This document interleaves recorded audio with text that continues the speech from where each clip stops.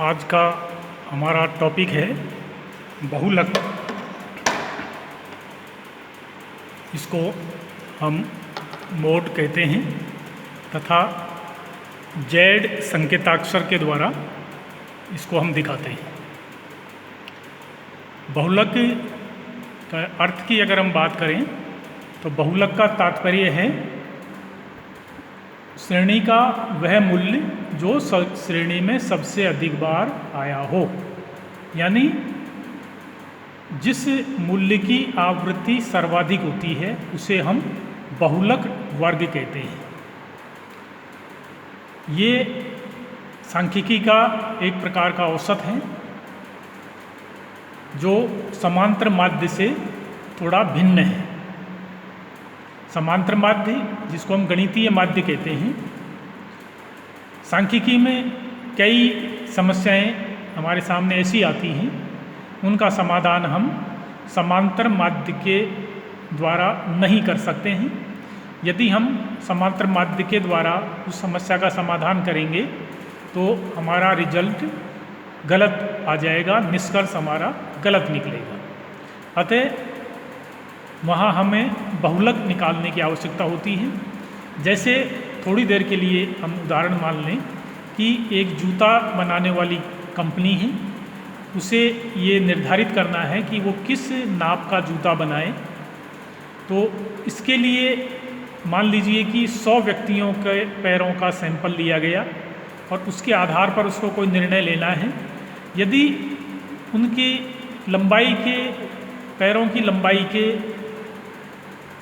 आधार पर यदि समांतर माध्य निकाल दिया जाए और उस आधार पर अगर जूता बनाया जाए तो वो जूता ऐसा बनेगा कि वो किसी भी व्यक्ति के पैर में सही नहीं आएगा और कंपनी की सेल नहीं हो पाएगी। अतः वहाँ हमें बहुलक निकालना चाहिए। जैसे 100 का बहुलक मान लीजिए 70 आता है, तो किसी नाप का जैसे 70 बहुलक आया कि 7 इंच पैर वाले लोग 70 हैं, तो इसका मतलब कि कंपनी को वो जूता सबसे ज़्यादा बनाना है, बाकी उसके आसपास की नाप के वो बना सकती है। तो अब हम ये देख रहे हैं इसमें कि व्यक्तिगत श्रेणी में बहुलक का निर्धारण किस प्रकार किया जाता है।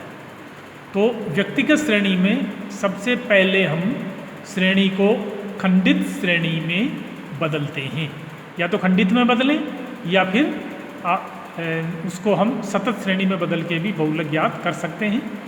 तो जैसे आप ये सवाल देख रहे हैं, किसी देश की 15 वर्षों की वार्षिक मृत्यु दरों प्रति हजार के समंक निम्नांकित है, बहुलक का निर्धारण कीजिए। ये 15 वर्षों की वार्षिक मृत्यु दर दी हुई है, इसमें से हमें बहुलक डेथ रेट कौन सी है वो हमें ज्ञात करना है। तो सबसे पहले हम इसको, क्योंकि ये व्यक्तिगत समंकमाला है, इसको हम खंडित श्रेणी में बदलते हैं। तो यहाँ पहले हम मृत्यु दरें लेंगे, उसके बाद आवृत्ति। तो जैसे सबसे कम जो वैल्यू है इसमें वो है 10.4।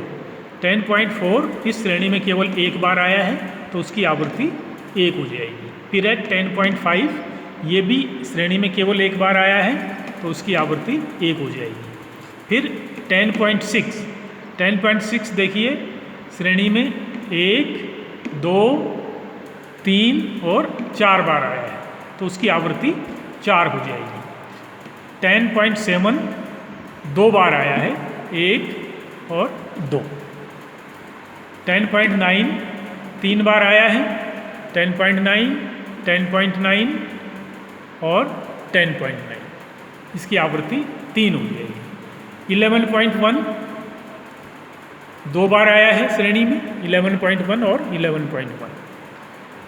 11.3 केवल एक बार आया है और 11.6 ये भी केवल एक बार आया है।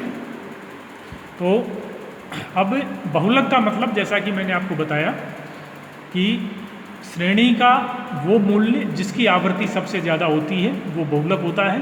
तो हम यहाँ देख रहे हैं कि 10.6 की आवृत्ति 4 है जो सर्वाधिक है, अतः बहुलक जो मृत्यु दर है वो 10.6 ये हमारा बहुलक होगा।